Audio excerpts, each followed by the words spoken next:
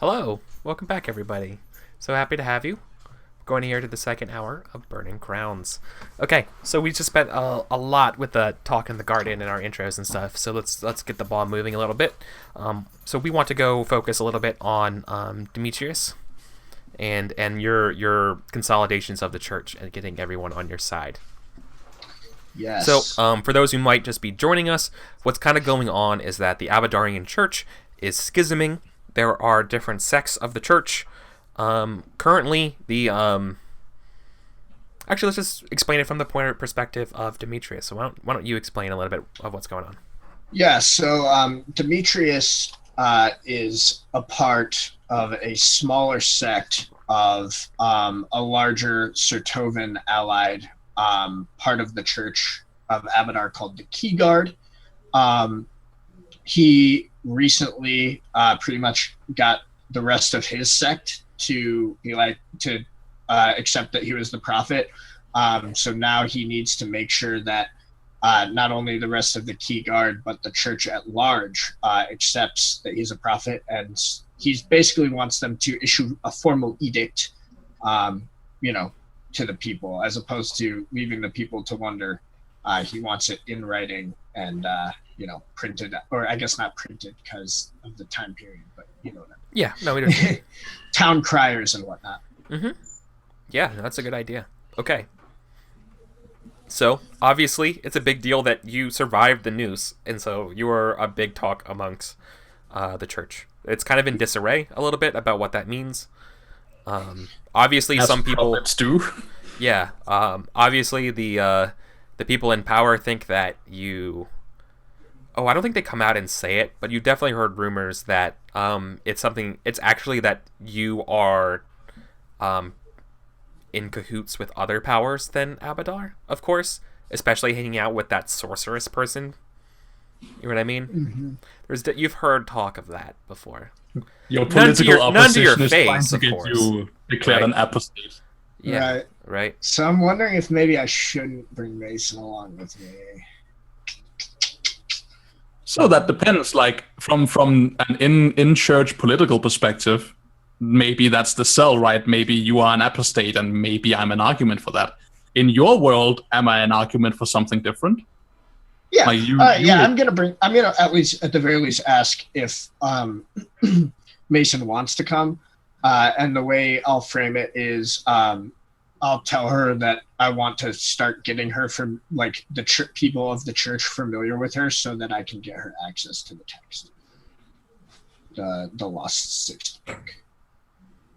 So yeah, I'm definitely there. I want to embellish a little bit about like on the between frames, on the thing we don't see happen. Yeah, is that you have probably awkwardly been put in the position of I need to get in contact with Mason, and failing to do so. And after figuring out how to do so, you will have found yourself like at a door that's guarded by two of the ruby wardens that leads into the North Tower for some reason, and then like someone going in and coming out, and then Mason coming out and be like, yeah, we can go, sure, let's go, and then not talking about it. I think there's like a distinct moment where like Demetrius is like filing that away for later to ask about, but for right now, I think he just sort of tells Mason he doesn't know that he's for sure gonna need her to even like say anything. He just wants to start getting her involved, and basically the first thing I want to do is I would like to circles up I want to do some House of Cards back channeling here. Yeah. And the first person I'd like to talk to is sort of the head of the Key Guard, whoever's sort of the de facto political leader. Do we allow females into the Church of Abadar? Oh, yeah. Okay, cool. I was just wondering, making sure. Yeah, okay. I'm not really interested in exploring. Then her name is Valdergund. Wow, can you put that in chat? Yeah. What, this is the Hierophant? Yeah, essentially the Hierophant of Valdergund. Yeah. And is she? Is it just mother? Yeah, or yeah, she probably. No, I think it's a Hierophant. Like, isn't that a proper title? Yeah, it is. Hierophant, Valdergund. Let's go with something else German, like yeah. Is she Schroeder. nobleborn? Yeah, for sure. No, would it be cooler if she was like middle class and like raised up? It's your call, man. Yeah. Self-made Yeah. people are pretty Self-made cool. people. Yeah, she's self-made. All right. She's like Ruth Bader Ginsburg on crack. Like she's, Yeah. you know what I mean? Like she takes no shit. Yeah. Yeah, she's RBG. If you know who that is, look. I highly encourage you to look that up. One of the best American Supreme Court justices. Yeah. So yeah. Do I need to make a circles roll to get in touch with her, or is she willing to see me? Oh, she'd be If willing you to take know- audience with you, dude. That's you're fine there. Cool. I would like to speak with her. Okay. Yeah. Do you want to meet her in her office? Is that the idea? Like to get a meeting in her Yeah. office and stuff? Yeah. Okay, cool. Yeah, no problem.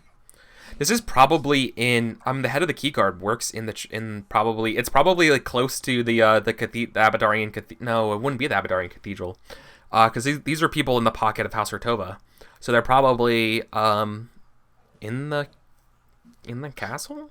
Well, I would think that she would. It depends, like what the position of Hierophant actually is. Like I could see her having her office in the church. You know, like. I think it's kind of up to you. Oh, she's like just so like if the Abadarian Church is almost like a parliament and she's like a head of a faction. Is that what we're thinking? That's kind of what I'm thinking. Okay, yeah, then never mind. We're in the cathedral. Okay, let's do that. Like basically what I'm kind of thinking is like there are it's like it's supposedly like everyone's equal once you get to a certain point, but you know there are sort of de facto leaders of each of the. Yeah, no, we gotta do this in the church. Actually, we gotta do that in the Okay. cathedral. At a certain point, everyone speaks for Abadar. So she thanks you, and I think you probably go to like a side office or something like that to talk privately. Yeah, I think like while I'm waiting, you pass a bunch of like moneylender people and like financier people working on desks and doing all these different trades and that kind of stuff and contract writing. A lot of like you go through like the hall. You pass as you guys are introducing yourselves again and stuff like that. You know, you go through like the hall of scribes, which is everyone like writing down the contracts and stuff like that. And then finally you get to up some stairs into the office. I think either maybe like before I like send the messenger, like while I'm waiting to respond, I definitely would go to the altar and say a prayer. Yeah, of course. Are you trying to secure a blessing right now? Yeah, I would. Oh, okay. Yeah. You know, I've talked about how like for Demetrius, it's like pretty much one and the same. But he's going to pray, and he's going to pray for the Lord Abadar to help him banish the demons from his house and to secure the path for the church as a whole. And Boy, that sounds daunting. So Yeah. what have you told me about this, except for, would you come with me to the church for a moment? Like, why am I... I told you that I wanted the people of the church to start getting familiarized with you so that I could get you access to the holy book you seek. Ooh, they're like, yeah, there's some real fucking side eyes to you, Mason. So yes, I would like to try to open end my persuasion here with an odd two boot.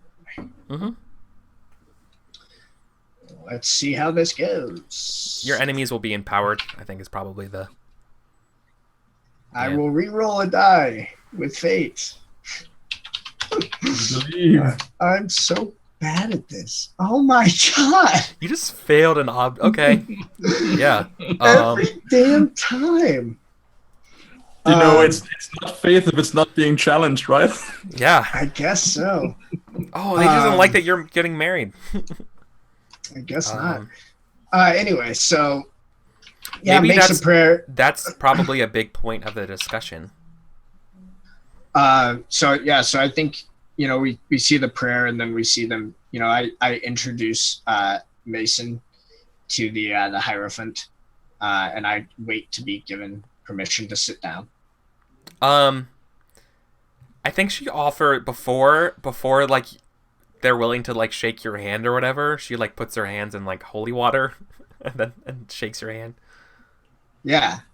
I think like Demetrius like positions himself so that like while they're shaking hands, like the chain like is like swaying like towards the Hierophant, so it's just like impossible like not to like acknowledge it and like notice it.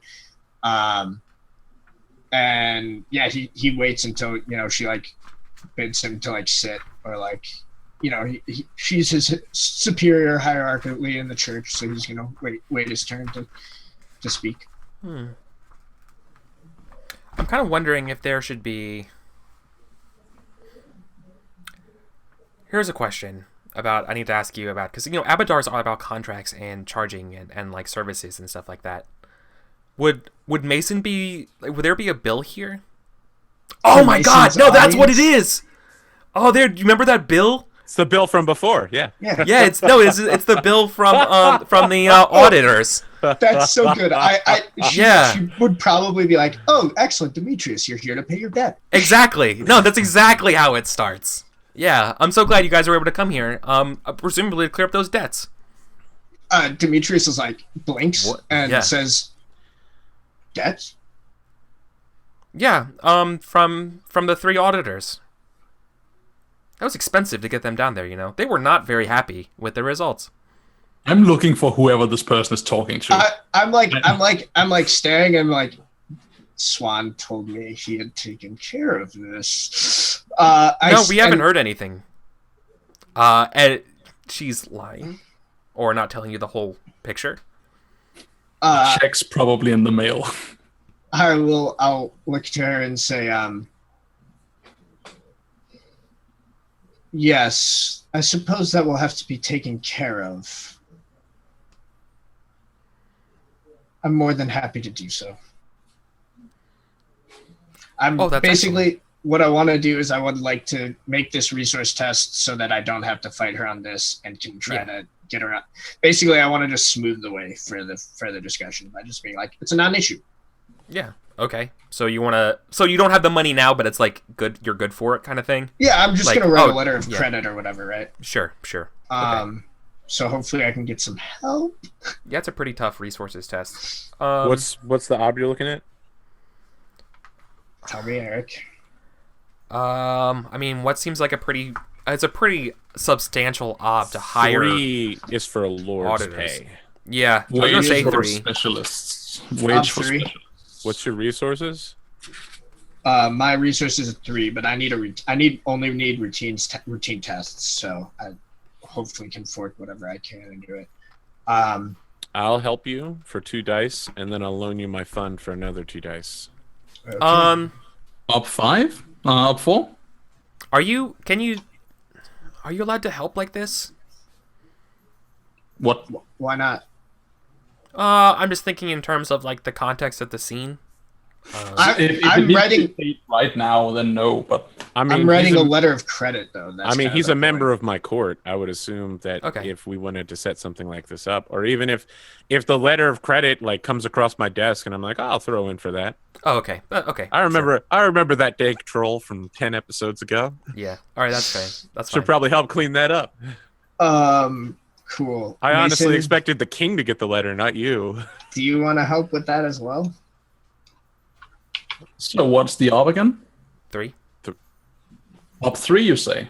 Yeah, I'll help. Cool. Yeah. Take You it want to on. mark those tests? Yep. I don't get shit for this. Can only hurt me, and if you fail, I get Nice. taxed. Okay. Oh, good. I have Excellent. so many 6s. I'm going to Wow! Holy open-end shit, you those. do. Yeah. So I think I mean, obviously, wow, it's 4 6s. That's really good. Obviously, Wow. do all that kind of stuff. But I think she's like, oh, well, that's good. I'm glad that matter is getting taken care of. Then, you know how the Abadar demands that we keep our books by GAP principles. But of course. Now, I have much more important matters. Matters that indeed pertain to the auditors. I'm worried, Hierophant, about the state of Abadar's church. you're obviously referring to the fact that Keyguard aren't the rulers of the church, right? Like, is she picking up what you're putting down? It's partly that, but it's like she may assume that, but he's talking about like general bureaucracy. Oh, okay. Well, she thinks you mean that, so she's like, yeah, Sure. you're right. We must ensure that the church is on the right path, prepared for what is to come. You must see, do you not, Hierophant, what is to come on the horizon? I think she's gonna ask you, like, yeah, but could you explain? Could you? She says it in a very graceful way, like, yeah, but what do you see? Kind of, in a way that doesn't seem like she's like, in a diplomatic manner. I stand up and I say, Hierophant, were you in the crowd that day when Orlovsky attempted to hang Abadar's servant? Regrettably, no. But we did all hear. That is some miracle. Demetrius just nods and says, you must be wondering as well why I've brought my friend Mason here. Yeah, there's a lot of questions. Yes. I've brought her here... I shrink just a little bit. I've brought her here to prove a point. When was the last time Abadar's church had a miracle of the scope that was seen a few days ago? Not for some time. It's been Hundreds many of years. centuries. Like Many 200 centuries. years or something, Yeah. And Demetrius sort of like walks like behind the Hierophant and like sort of like puts his hands on her shoulders and says, old powers are awakening in this world. The gods are stirring. And sorcery, and he gestures his hand towards Mason, is just one of the tools that we are going to need to survive what is coming. A storm that shall shake and rattle the foundations of civilization itself. I'm extremely uncomfortable not having Demetrius to hide behind anymore when he starts like moving away and I can no longer hide. So when I'm being made the focus of the conversation, I kneel before the Hierophant, who very much falls within the clause of my respectful of one's betters thing. This is, in Mason's opinion, very much a holy person. And Demetrius sort of like walks back around in front of her and finishes by putting a hand on the chain. We're like right at like the knot of the noose, this like golden, like impossible knot of gold. And he says, the Lord has chosen to make visible the bonds that bind me. But never forget that they were there before. I hear his words and I follow his path. I just want to make sure that the church does as well. I want to make sure that the right people are at its helm and will do the right thing. That sounds like you... It sounds like you were trying to tell her that you want to be head of all of the church. Not quite. I want her to be the head and them to call me the prophet. I don't want to have to run the bureaucracy. I want to be able to go off into the Narwhals and do my thing. But I want to make sure that the person at the head knows that the person that has the voice of Abadar in his ear is me. Okay. Yeah, no, and I think she's going to not necessarily step down, but definitely like give you the right of way for that after you show her the golden noose, right? So I don't need a persuasion test because that's kind of what I was angling for. But if not, I'm happy to. I don't think there's a test here yet. You're probably playing into one of her beliefs. Yeah. Yeah. So when I see that, I'm persuading her. What do you want us to be? Sorry, did you want? I'll say what's the faction that's like directly opposed to the Key Guard? I haven't given him a name. The Lock Guard. Yeah. Um, Let's see. The probably the something about Dave's Vault. it could just be like the Orthodoxy or something. Yeah. Like the people who believe like the sixth book. Dave's Vault's really funny if you spell it VAULT. Yeah, I was about to say. I know, but Eric, please no. No, yeah, let's do that. I will say I plan to meet with the Orthodoxy. First, we must consolidate the church. Then, we shall need an edict. The people must know that a prophet of Abadar has been chosen by the Lord. And I have found his chosen king. There will be many obstacles in your path. We can, and like, know that I am a believer in you, and know that I will do what I can. But, and she kind of looks to Mason and says, I know that you care so much about and think that sorcery is part of a tool here, but it is hurting your cause more than helping it. At least that's how many of us see it.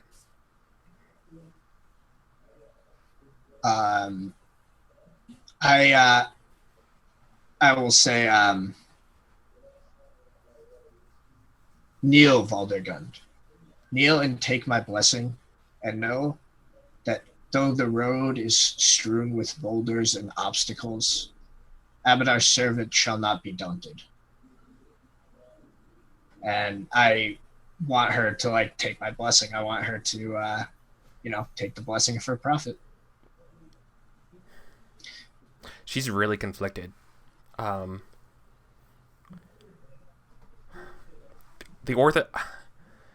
She's afraid of the image of the church, and the church cannot be seen as infighting. This must be done behind closed doors. So like before she like kneels and stuff, she tells you this, like, and I need you to let go of this sorcerers. Their cause cannot help us here. This is a matter of the church. Do so, and I will be your loyal agent. I think Mason speaks up. They like, even though they do so kind of demurely, a voice pips out from beneath the straw hat, as they say, if it pleases the most holy representatives, I should gladly retreat from the political landscape of whatever you must have going on within the hallowed halls of Abadar. I should gladly divorce myself of Demetrius's errands in the eyes of the common people and in the eyes of whatever must happen in these walls. I would step out of that arena at your behest at any moment.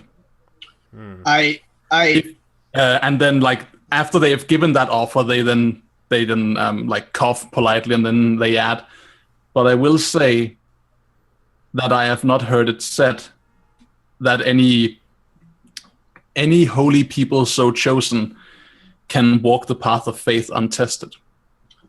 I think like as this is happening, Demetrius is like narrowing his eyes a bit, and then like in a like slightly harder voice, he's going to say, out of the political landscape, yes, but this childish fear of the arcane does not suit you, and it does not suit the Church of Abadar.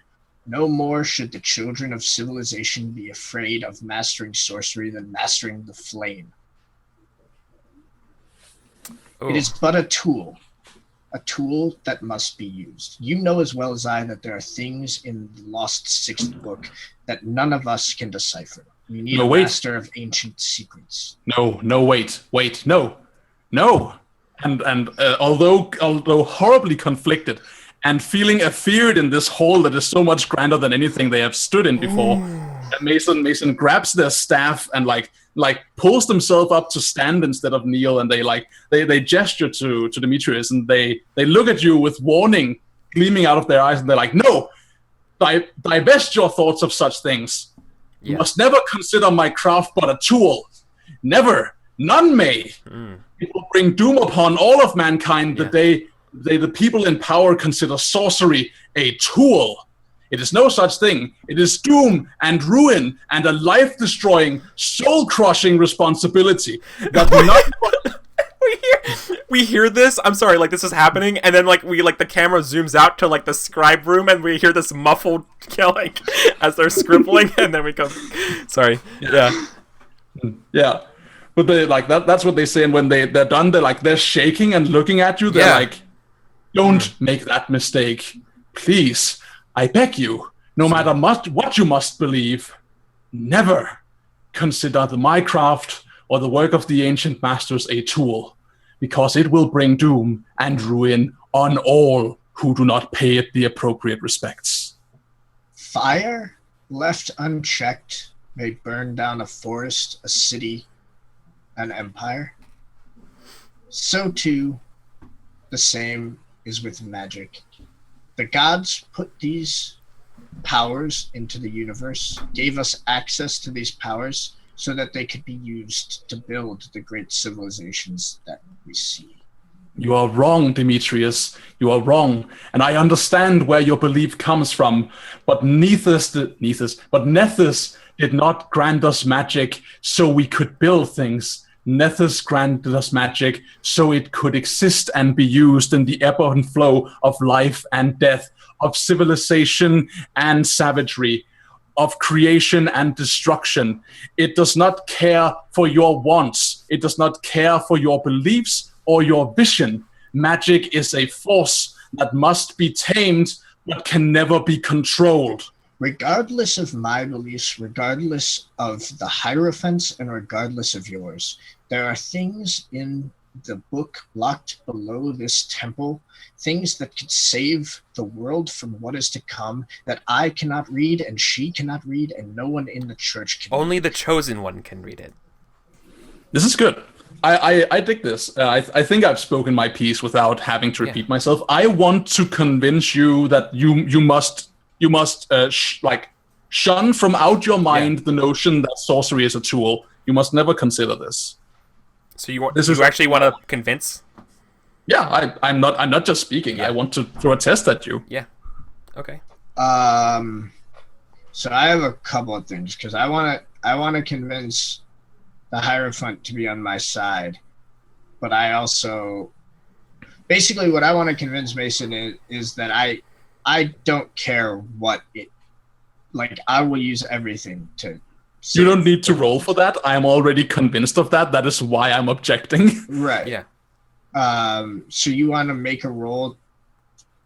I want to instill in you the understanding, the doubt spoken from me as a sorcerer to you as a non-sorcerer, that you are not just playing with fire. You are playing with a sentient fire that has a malicious temper. Yeah. And I think the Hierophant actually will side with you, Mason, on this. That's fine. What I'm trying to be clear of is there's no role to be made to convince Demetrius that magic is dangerous. Right. You are not convinced that magic is dangerous? It's not. No. We're not convincing you that magic is dangerous. We're convincing you that magic will not be used as a tool for the key guard becoming head of the church. That's what's at stake. I don't know. So for Mason, she may be willing to help Mason in that regard. Mason is trying to tell you, you must never consider it a tool, for it is not a tool. It is a part of the world. It is a part of the triad of the world. And if you try to control it rather than just inch it in the right direction, as is the practice of the masters of the art, then it will destroy this country like that. So basically, I'm not trying to change your agenda here. I'm just, Mason wants to have you understand, magic is not a tool. Magic is a thing that you can come to me and ask my opinion on, but that must never be considered a tool, for it will lead to your ruin. Okay. Yeah, are you receptive to that? Because if you're not receptive, there is no role. Yeah, I mean, I just don't I don't see how that meaningfully changes anything. Because if you told Demetrius that he needed to do something that risked breaking the world like an egg in order to save it, he will say yes and roll the dice. Sure, but that the key question here is in how you perceive sorcery, right? Sure, that's fine. Yeah, it's not okay. Yeah, he can't. Yeah, you can't really change someone's perspective of that. But basically, he's trying to bind you to not use magic in pursuit of your goals here. Yeah. I want to be clear. I'm not saying that what I'm not saying is I want to use magic to help consolidate the church. What I'm saying is that Abadar put this sorcerer in my path, and I believe that he would not have done so if sorcery wasn't going to play a role in saving the world.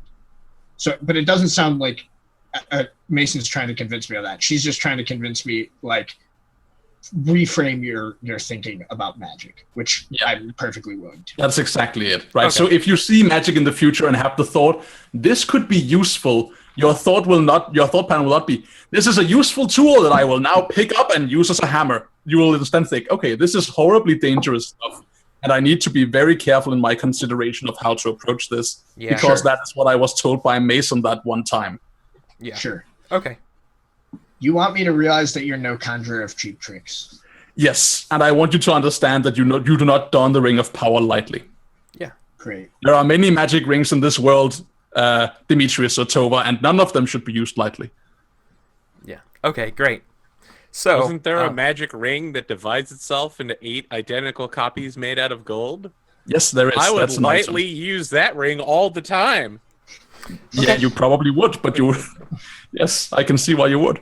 All right. Anyway, so I want to throw this roll at you. To see if I can do this. What is a good failure consequence for failing to do so, aside from it not working? I think Demetrius will lose respect for you because he will see you as a coward who fears her own power. It won't be like, oh, sorcery is really dangerous. It's a shame that that she thinks that it's so dangerous. She could be the master of the magic if it wasn't a master of her. Dig it. All right, learn to master the magic before it masters you. That's some fucking sorcerer supreme shit right there. Yeah, it's good. So am I getting dice from help here? Is she throwing in some way? Yeah, I think they are. So let's go ahead and I think she's gonna help you with I think just persuasion. I guess would make the most sense. Is that one die? She's being very diplomatic. Just one. Okay. What's your will, Demetrius? 4. Okay. Do I get any benefit from this? No, it's just I don't take a test, do I? Let's see. So I don't succeed, but I do get 5 successes. So let's see if I can get up there with fate points. You have 2 6s. No. 1 short. No, almost there. Almost. Just I don't get anything for being tested against, do I? No. No. But now it's just against your will. We know your reaction. Yeah. So I plead this cause to you, but it falls on deaf ears. Yeah. So you plead that, and Demetrius will say, Mason, I'm not asking you to cast spells for me. I'm not asking you to burn alive the opponents, my enemies. All I'm asking is for you to use your knowledge to help us save everything. You know I would gladly do that. You know I would. I have told you so before we've spoken of this, but if you will consider my art of craft, I will warn you that you are on a dangerous path. And it is one that could be avoided. And I shake my head, acknowledging that the argument is over because we rolled. Yeah. So here's something to consider as well. the key guard is like adamantly about rules, right? Like the idea of law over or and order over chaos and stuff and everything. So I think she needs to convince you, Sam. She needs to convince Demetrius that in order to become the head of the church, you have to do this by the book, or it would be meaningless. And she wants to see what you like. You know. I don't know that Demetrius disagrees with that. Okay. Like he wants to do the back channeling to like make sure that everyone does what he wants, but like he doesn't want to just like. There can be no doubt that we are the rightful head of the church. I agree, Hierophant. Cool. All right. Nice.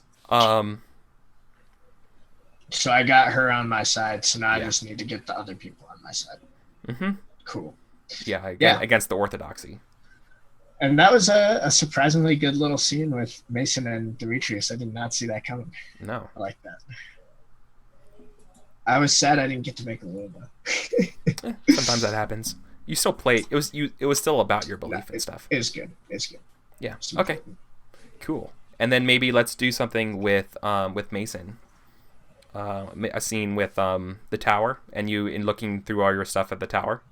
Oh gosh, yes, there is a million things to do. But remember, I've convinced the queen that she doesn't need Mason. Over the course of the next couple of days, yeah. One thing we could do if Mason, it's kind of up to Mason, but like if you want to like use this as an opportunity to push Demetrius into showing you the book now, I mean, we're in the church. Yeah. I mean, yeah, if that follows naturally from the fiction, then sure. Once the conversation like dies down, Mason will speak to both Demetrius and Hierophant Volderfrun, if that's what she was called. Yeah. Okay. No. Oh, then want to do that first? Want to do a scene of you looking at the book for the first time? Yeah, absolutely. If they can be convinced to let me see this secret holy tome, like this 27th Testament or whatever, I'm in. Yeah. I don't think it needs convincing if Demetrius has asked for it. So I think like you say you'll be on your way to ruin. And I finished that conversation. I say, Hierophant, one more thing before we leave. Mm-hmm. I would request access to the lost sixth book. I believe that with Mason's knowledge of the arcane, we may begin to understand sections that were elusive to our scholars. That's fine. They can read it here. But, of course, under no circumstances can they leave with the book. Of course, it shall not leave the vault. Yeah. Cool. So you guys get to go down into the cathedral's vault, which is dope. Which is essentially like a massive bank vault / What does the vault of the god of vaults look like? Yeah, right? That's what I was gonna say. I was like, I'm imagining that this like vault is like as like ornate as like the things that would go inside it. Like I'm imagining that it's like gilded and like has all these like etchings and like I'm almost thinking like and if Eric wants to change something, that's fine. But I'm imagining like this essentially like a history of the religion. Yeah. No, I was gonna say it's a story. Yep. Around the vault. Yeah. And so like religious scholars like Demetrius would like study the vault when they're studying like religious history. Yeah. No, absolutely. It has like the whole etchings and of the history of like the creation of the world and stuff like that, as told by Abadar. Yeah, exactly. As a gigantic relief on the vault itself. Yeah, like it's a scene. Like this is a yeah. You know what? Yeah. This is actually really important. The vault isn't man-made. The vault is much larger than a man. And consequently, it is what dwarf made? No, it's for us as players, it's actually Cyclopean. Oh shit! That was changed to look Abadarian and stuff like that on top of it. But the size of it is the size of a giant's. I want to realize this. How do realize this? How I am roll test? How I am roll test? Yeah. So what, in order what to does that mean? Aliens? no, it's like no, literally Cyclops. Like Cyclops, like a race of Cyclopses, like long ago, originally built this place. So like imagine like you guys are tiny in like this massive like architecture of this vault. Maybe it wasn't a vault at one point, but like the structure of it was set before humans changed it to a vault. The Abadarians changed it to a vault.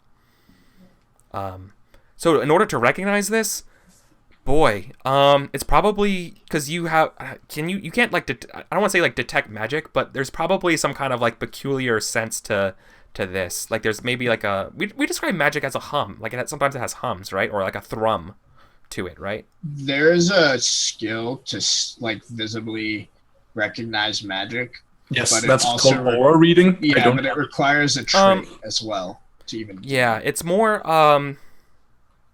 I mean, it's more empathic. It's more empathic. It's like there's a profound sense of sadness that you pick up on. Is this something that you feel if you're gifted? You think that it's humility, like maybe, yeah. I think it's because if you're gifted, you pick up on this.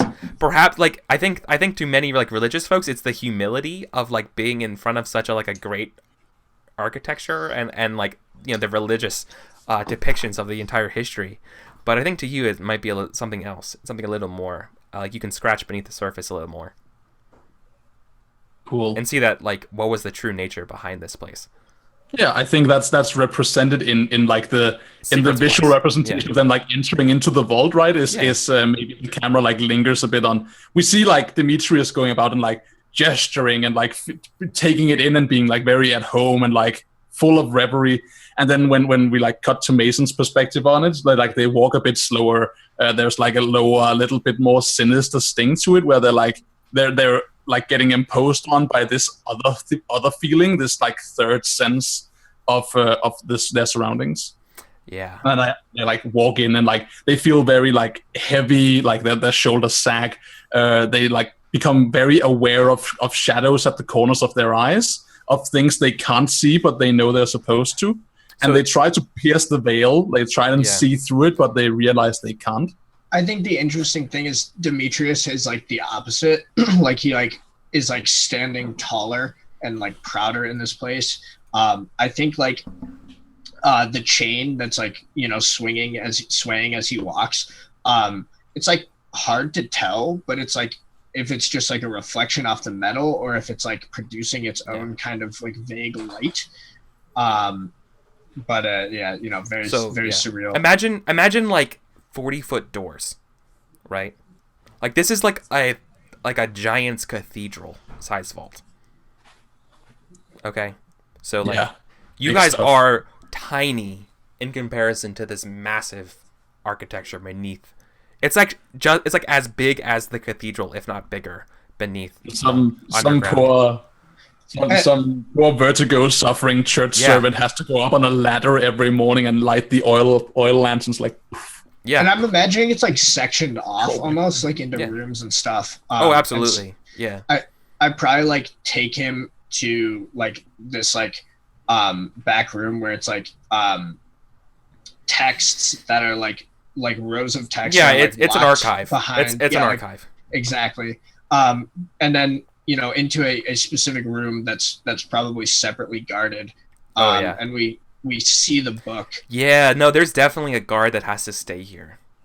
I'm imagining like it's almost like the text is like sitting on a pedestal, like in like a cell essentially. Yeah. Oh yeah. It's got like it's got its own little like pedestal column thing, and like the book's kind of open or whatever, and there's like a little like torch that could be or like a little like lantern that can be lit near it if you need it. Yeah. And this is like some kind of like holy church sentinel. Like this is a paladin, right? That's what this is. Literally like a temple guard. Yeah. Yeah. So I wanted to ask you guys about this. I've been going back and forth on like what I wanted this book to look like. Whether I wanted it to be sort of like this ancient like manuscript that's like in the process of rotting away, or like if it's like clay tablets even. It's it's written. It's okay. I have an idea. Yeah, okay. Or a Tell me. scroll. It could be a scroll. Yeah. Because we all know that good old Abadar is the god of civilization and so on. Maybe it's like a highly advanced looking book. Like maybe it's printed instead of written. So all the letters are like perfectly uniform and so on. And to us it looks like sorcery, right? But it's actually just like. Oh my god! Yeah, it's a printed book. Yeah, no, It's that's exactly what it is. a mass market paperback. Not mass market. No, it's just but like no, it's pressed. Yeah, it's like an It's early, too early perfect. printing. It's too perfect to be each individual letter be written by a human. Yeah. Cool. Oh my god! So it's like future. It's like futuristic in a way. That's what it looks like, right? So Yeah. Abadar has the first printing press up there in the halls of heaven, and eventually some guy down here will have a revelation from the gods and create it. The revelation of seeing the block text could be like, I must curate the thing that makes this, right? Yeah, so I think you have to probably like. So you're gonna study it? You're probably like not allowed to like touch the book. No. Like you have to like flip it with like special, No, Demetrius, like, things. you're not allowed to touch the book. Only Demetrius could touch the book. Yeah, that would make sense. He has to you have to tell him what to do.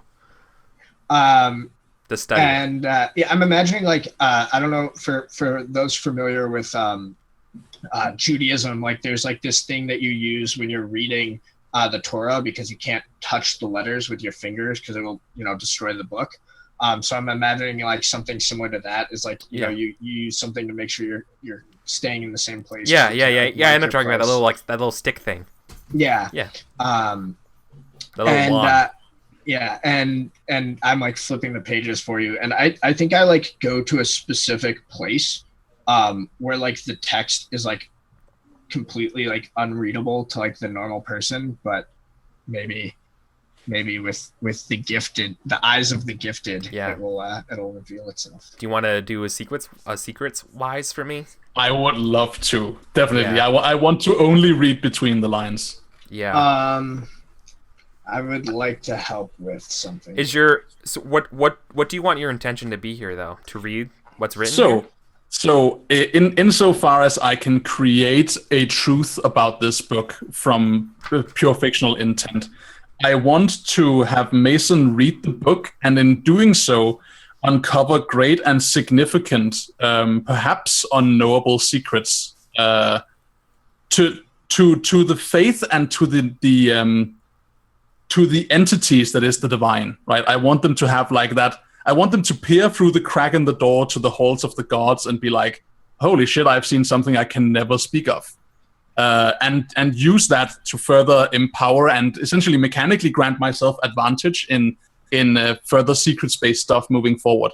I want this to be sort of like a secrets revelation. Holy shit. That sounds really difficult. Yeah. Okay. Yeah. So let's think of a pretty good obstacle for that.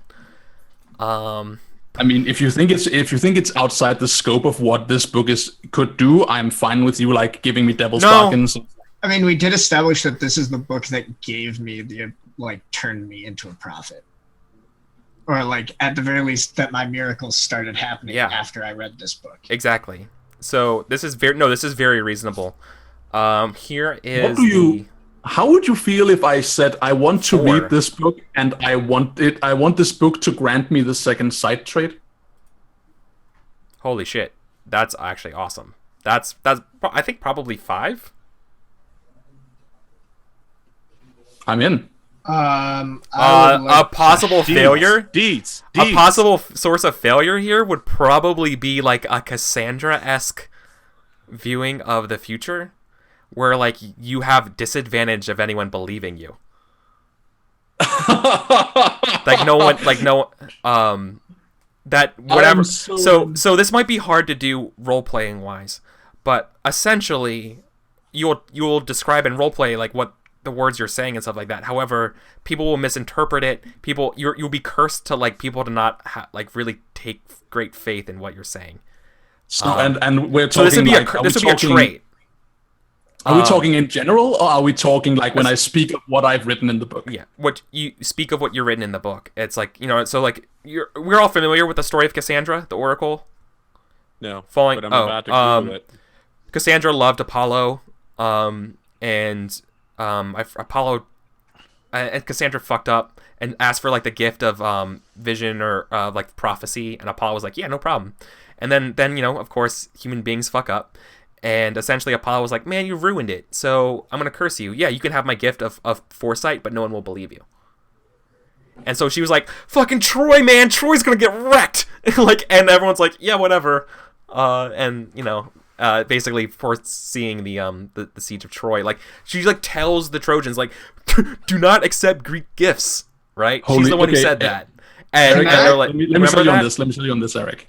Yeah. This is so good. So this is my suggestion. Yeah. If I succeed at this, I get the second side trait. Yeah. If I fail at this, I get this. I still get the second side trait and then this Cassandra-esque effect because I have an. Okay. If I fail at this, then I also get the dreamer trait with the added. So I like have nightmarish visions and like see things, but with that addendum you had that every time I speak of this, no one believes it. Yes. So Mason will like be burdened with this horrible pre-knowledge of shit and just be like, I can't do anything about it. Yes, exactly. Exactly is the problem, is that you feel powerless to stop other people. You have the knowledge, but it's you feel powerless. And the only way I can do something about it is to put myself on the line for it, and then we have the moral quandary. Yeah. So that's so good. I'm wondering if you should be able to, like, are we saying that you would get the trait instantly, or that then you would like get it after trait vote? Like, how would that work? No, I think you're actually just gonna probably get it now. Okay. As like you're like stunned by reading this book, which probably would also encounter a steel test. So I then would like to. I have an unorthodox thing to help with, and that would be faith. In this scenario, it seems applicable that I should be able to help with my faith. Yeah. No, I think so. That's what that means. Cool. It's a pretty rare circumstance for things to happen. I think faith would make sense to help with. Yeah, that's 2 dice for you then. Thank you. I am going to then throw a secrets wise. I am going to argue that I am in a position to fork research. Remove one of the dice, I think, from the faith help. Because I think this is linked to your blessing failing. Okay. Yeah, that's reasonable. I'm going to fork research. I'm going to fork reading. I am going to fork symbology. And this is Abadar, god of civilization and law. So I'm going to fork rule of law. Not rule of law. Okay. That's a stretch. But the rest of them sound good. So second sight's basically like mage's sight. Like you get to see the ins and outs of magic. Could she fork sorcery, because it's established that that's also a knowledge skill, and like I've been establishing that like I need her because of her arcane knowledge. There's actually a good point there. Yeah, no, that seems pretty reasonable. Although then does that change the scope of consequences? Yeah, no, I'm gonna make a clock, and it's gonna be bad. That you're gonna have like this ominous, that you have this vision of what's to come. Like this terrible thing's going to happen, and you see it happening, like in the night, right? And it's so extraplanar. It's sorceress. Then... Yeah, it's like sorceress in nature. It's about secrets and mysteries. Like you're seeing it. Right. And I have to deal with it myself. Yeah. And it will be significant, I think, to the story. Yeah, you'll have to deal with it. Yeah. Right. This is the Wizards of Earthsea. Yeah, this is the Wizards of Earthsea. You create your shadow problem. Oh god. Right? Like this is a bad problem. This is a story arc problem. Right? Please succeed. Yeah. Okay, for the sake of you, Sam, I will spend Arthur to succeed, but I will have it on record that I want to fail. Curse sight, essentially, would be it, yeah. Okay, so I'm throwing with 5 modifiers, 5 modification. Axterman asks, can it be done where she just has a massive difficulty test to convince non-PCs? Yes, and actually anyone to convince. It would be an additional disadvantage die, essentially. Or like the obstacle will be one higher. We will burn traits when to acting on your appropriately secrets. Yeah, exactly. It's very significant. Cool. I will spend 2 Arthur for this. Yeah. Because it's essentially... I consider this a carryover of my former belief about the book, even though that is no longer an active belief I have. So let's do this. Let's unlock the secrets. And we're looking at Op 5? Yes. Okay. This is a really hard test. This is a tough test. Any There are 6s? 2 2 6s. You have 2 6s. Come on. Do you want to do that or do you want to fail it? I have to... I mean, I spent the Arthur. Let's throw those 2 6s and see what happens. I want to fail, but let's see. It's gonna be yes. You tie it. Guys. I did it. No. If you meet the obby, you succeed. Oh, that's right. It's not a versus. Guys, I finally get to mark Faith for an advance. I Oh. finally get to mark Faith. Oh my god! So you just Yeah. got it. So you just got the secret. So I burrow into the book. I explicitly I don't read the words of the book, right? I read between the lines. There is that like the lens of the camera, like the focus has changed, and there's whispers in the background yeah. and so on. No. Then I think I see things that aren't written. yeah. Then I think rather than the cursed sight of people not believing you, I think you do see a glimpse of the future of what's to come. Oh shit! You see, I think when you're looking through this, you see another vault somewhere.